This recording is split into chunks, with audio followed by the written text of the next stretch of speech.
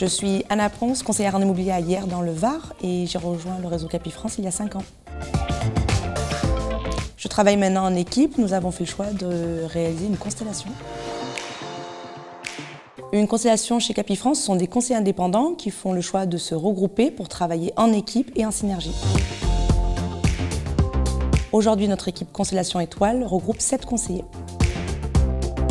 Créer une constellation, c'était la continuité de travail au sein de Capifrance. Après des années du développement de mon activité, j'ai souhaité pouvoir aider d'autres conseillers à se développer et aller chercher de la synergie dans un travail de groupe. Le travail en équipe au quotidien, c'est d'abord le travail de conseiller immobilier indépendant, donc c'est beaucoup de travail indépendant. Et puis dans notre façon d'aborder la constellation, c'est de venir chercher des personnes ressources en fonction des domaines de compétences. On parle des filières chez Capifrance, mais ça peut être aussi quelqu'un qui peut être franco-hollandais ou d'être bilingue en anglais. Donc lorsqu'on a besoin d'une ressource, on peut aller la puiser au sein du groupe.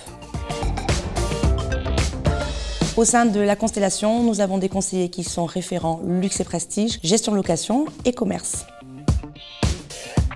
Nous faisons le choix de se réunir au sein d'un Capifrance Connect, qui est un lieu de travail, comme un bureau copartagé, sur lequel chacun peut venir à sa convenance. Et puis, d'autres fois, nous allons au restaurant où nous nous réunissons chez les uns, chez les autres.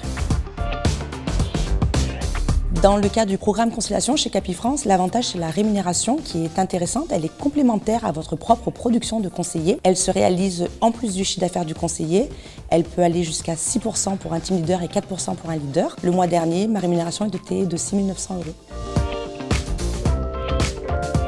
Je dirais qu'il a fait un bon choix parce que c'est une dynamo, la constellation. C'est de l'énergie qu'on donne et c'est la possibilité qu'on s'offre d'aller s'épanouir en donnant aux autres, mais en ouvrant aussi le domaine des possibles, d'aller recevoir de ce que les autres vont vous donner. J'appelle ça le principe de la dynamo, c'est s'enrichir de l'expérience des autres. J'étais directrice commerciale pour un groupe de restaurants et j'ai un parcours dans l'hôtellerie-restauration d'une quinzaine d'années. L'immobilier, c'était dans le cadre d'une réflexion sur une reconversion professionnelle.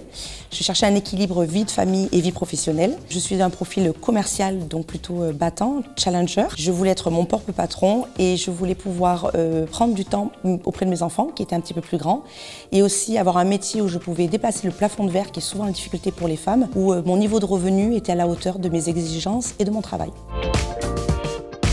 C'était un réseau et c'est toujours un réseau qui est dans une vision servicielle, disruptif, donc qui est en avance sur son temps sur le digital, qui propose de la qualité et qui va chercher sur ses partenaires un niveau d'excellence qui correspond à ma vision du service auprès des clients.